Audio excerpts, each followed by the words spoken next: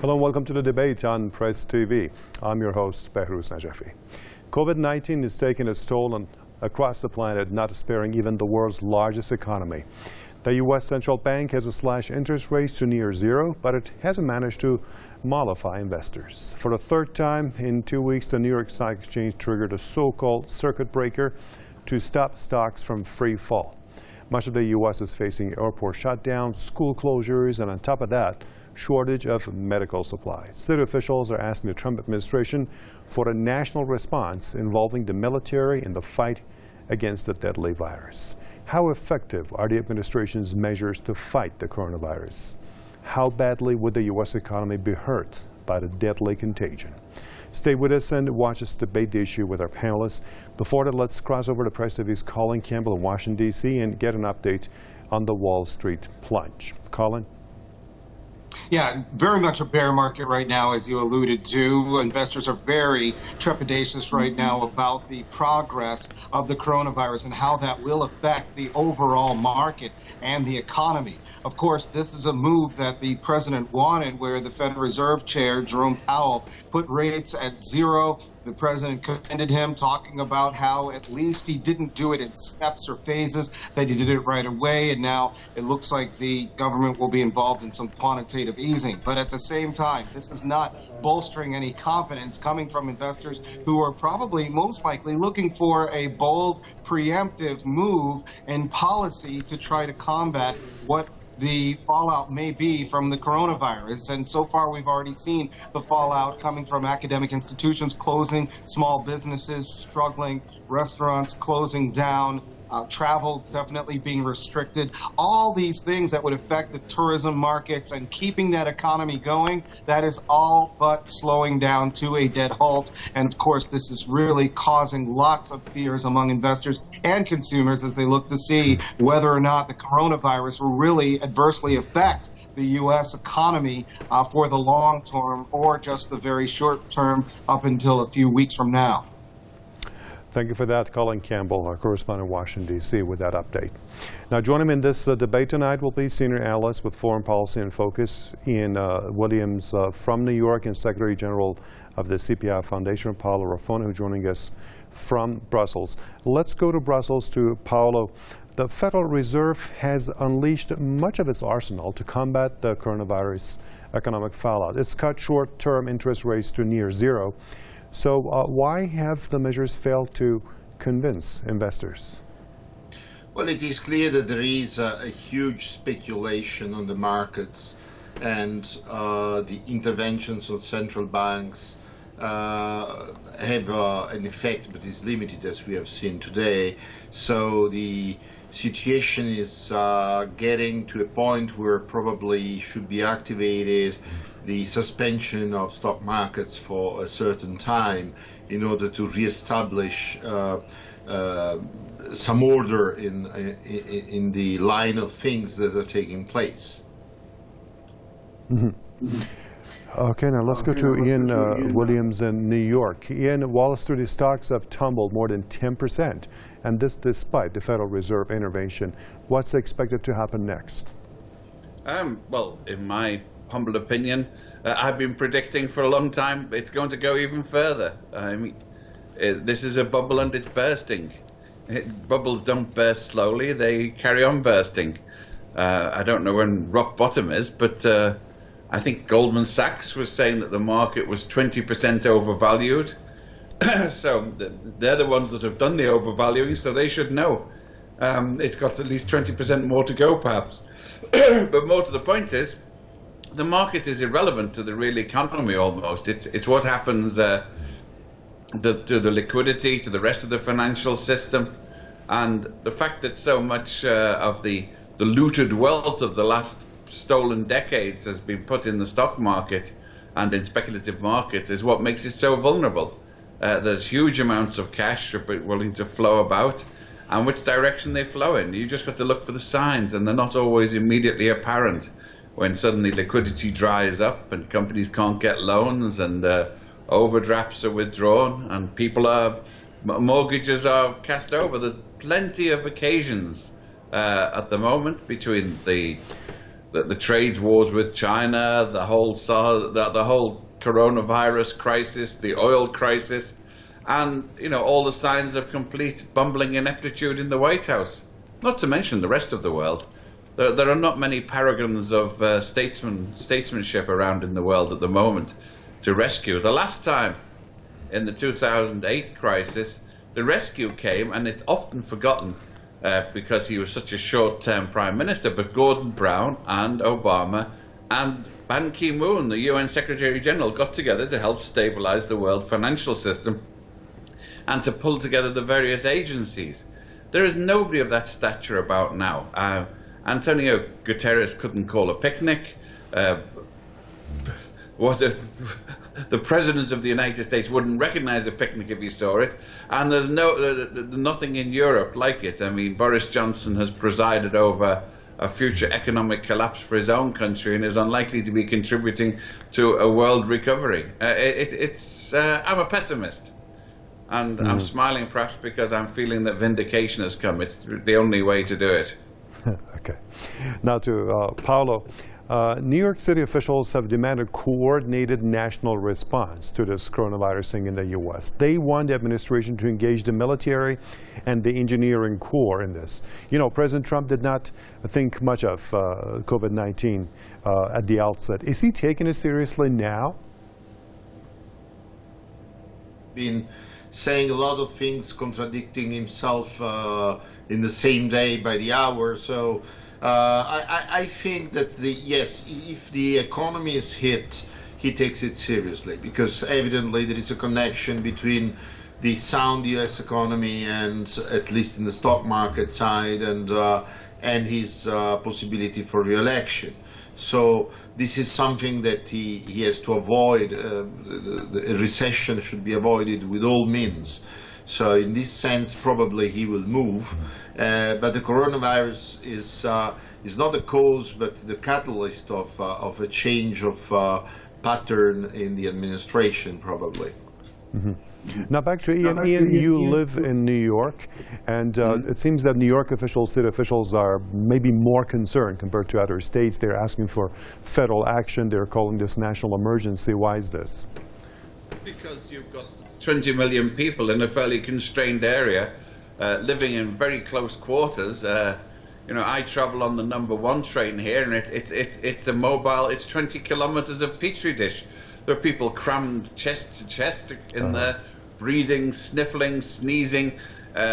No standing room only. This is an epidemiological disaster waiting to happen, and it's a very crowded city as well. There are very high densities. This is what epidemics are made of. So of course they're taking it seriously, and they're worried about the consequences. Mm-hmm. And they're also worried because there's a governor and a mayor who are squabbling with each other on sort of obscure partisan grounds. You have a president who basically has almost declared war on the city, like some of his predecessors, and doesn't really care what happens. And it's the financial capital of the world still. So any repercussions there will trickle down. The wealth doesn't trickle down, but disaster gushes down, in my experience.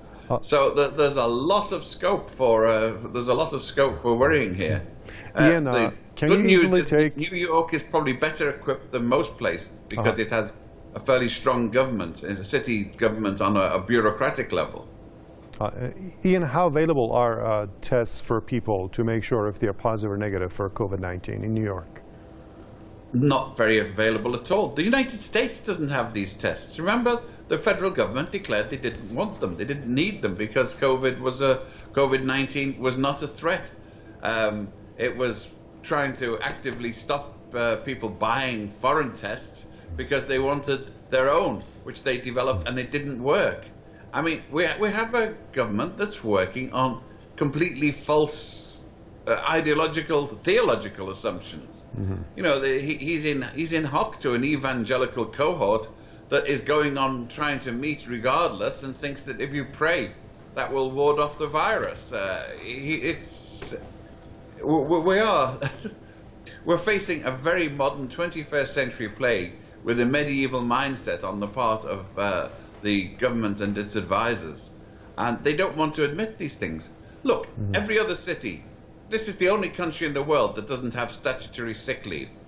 If you're a woman here working in a store and you have 2 kids, you have a choice. You either go to work and get paid and take the risk of passing on or picking up the virus, or you stay at home and starve. So most people go to work. This country is completely ill-equipped. New York is better because they have some more of these protections than most of the country. But in most of the country, that's the choice. There is no statutory sick pay. The Republicans last week actually vetoed a proposal to extend sick leave for people so they could take time off.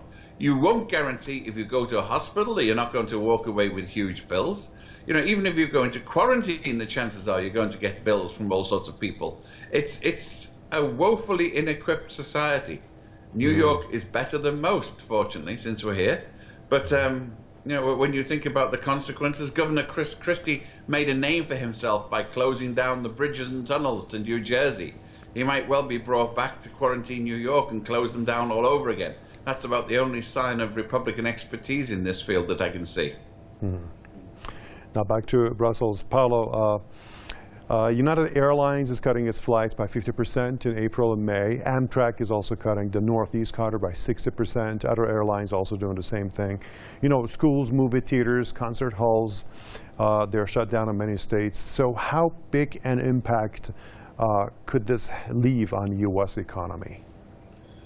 Well, the impact will be huge in the U.S. as well as in Europe, and as it has been also in China. I mean, it's a matter of now accounting for it, but the impact is, I would say, almost irreversible. So things will not go on exactly as they were before this crisis.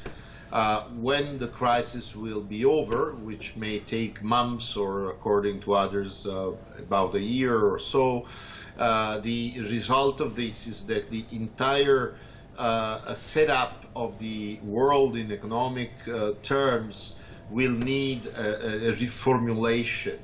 The old globalization we have learned about and lived about is probably over with this crisis. And there are no national recipes to avoid changing the path. Now, Ian, you know that canned food and paper products have flown off shelves across the U.S., and President Trump has just told people to buy a little less. Is this all they can do? Well, actually, I was intrigued when I went to my local supermarket. There were quite a lot of canned goods there. The stuff that had gone was complete junk. It was corn chips and potato chips and snack foods, which zero nutritional value, but they lasted, I suppose. If people were partying, it's what they might like. The only nutritional food that I saw that sold out were eggs. But most of the rest were on bottled water. New York has some of the purest water in the world. It really is top quality water. So people will go and stockpile bottled water contaminated with plastic rather than use the tap water. There's an irrationality here. People are going around spreading rumors, and you know, for toilet paper, as Marie Antoinette might have said, let them use bidets. Now, Paolo, you wanted to comment on that. I can hear a comment on that. And then also I want you to let us know about your prediction. What's going to happen to the U.S. economy? Will it get worse or will it save itself? Well, the solution that so far has been adopted in the U.S. are evidently insufficient. I mean, there are no solutions, actually, and things are spinning out of hands rather quickly. So the prediction on the U.S. economy is that if the markets remain open, probably we will see a series of downturns, very severe downturns in the stock market. So that's why I suggested that the best way for US and Europe at least is to suspend the markets for a while until some kind of order is reestablished. because there is a lot of irrationality and a lot of fears that some are justified, some are completely out of the blue, and therefore is a speculative attitude at the moment. So the result of of what will happen in the economy, it's difficult to predict now, but certainly will be severe. This is clear. How it will change the economy of these countries. But one thing it appears quite certain, as I said, is that the old-style globalization with the long supply chains is over. And it's over also because on the China side, there is no interest to pursue it any longer. So at the moment, there is a clash between the various powerful forces of the former globalization. We have to see what happens if they manage to find a common ground sometime in the future. At the moment, they're just clashing. Now, Ian, let's look at the price of oil. You know, Brent crude has declined some 10%, and this is amid the Saudi and Russia rivalry within the OPEC. What does it mean for the U.S. economy? Well, it means that one of the industries that which Donald Trump was very beholden to and was looking up to and holding up with pride was the fracking industry, which is environmentally disastrous, marginally profitable unless it's got government subsidies and high oil prices, and that's going to go pear-shaped very soon. Once the Saudis and the Russians get their cheap oil out there, then the products of fracking become much less competitive. And we have to remember this is a perfect economic storm in many ways. I mean, don't forget Boeing, one of America's biggest industries. It's been revealed that for all of these years, they were guilty of sharp practice to try and beat Airbus. They built an aeroplane that was not fit for use. They tried to extend it beyond its useful life with software fixes, then denied they did it, didn't tell people they'd done it, didn't train people how to use it, and they wonder why they've got hundreds of very expensive planes unsold on airstrips all over. The answer from Trump for all of this is subsidies and tax breaks. He's talking about a tax break for the cruise industry. All the cruise liners are going to be moored because nobody wants to go on a prison hulk with a bad case of rising damp out there where you're going to get plague. And yet the cruise industry doesn't pay taxes. They're Republicans with a lot of Israeli connections, by the way, who do not pay taxes. They're offshored. So Trump wants to give them tax breaks. He wants to give the airlines tax breaks. We have the obscene example of Richard Branson, who denies unions for his workers, standing up, who takes government subsidies for trains in Britain. He wants $7.5 billion tax breaks for the airline industry, but nothing for the buses. These people oppose spending money on buses and mass transit and trains. Trump has held up the Amtrak tunnels under the River Hudson for several years now. It was a perfect example of an infrastructure project that could stabilize, would invest in the future. And that's what this government and this society has basically ruled out. They cannot do the type of things that FDR did unless they have a complete reversal. There is no way that they could do, short of declaring a long, protracted land war somewhere, that they could get the results of the Second World War stimulus to get this country out of a depression. Ian, we're running out of time. I got one quick question for both of you. You have 30 seconds. How would the Trump administration's response to this coronavirus pandemic in the U.S. affect the presidential election? 30 seconds each, please. Paolo, go ahead. Well, for the time being, the performance of Trump has not been glorious at all. So American people probably have not yet the full consciousness of the mismanagement at Trump level of the coronavirus. So we have to see if he recovers in the coming days, but I doubt it. So we will see. Ian? It's the Hans Christian Andersen tale of the emperor who was persuaded he had wonderful clothes, and nobody dared gainsay him until one little boy in the crowd said, "Look, he's naked," and everyone laughed at him and drove him out. Trump has been naked all of this time. A gruesome thought, I know. But he's been naked, and more people, as the little boys get up and say, look, he's got no clothes on. And it's obviously so. They're going to come out after him. Interesting. And that will come to the end of this program. Let me thank senior analyst with Foreign Policy in Focus, Ian Williams in New York, and Secretary General of the CIPI Foundation, Paolo Raffone, who joined us from Brussels. That's it for this year. Thank you for watching. I've been your host, Paolo Raffone, and I'll see you next time.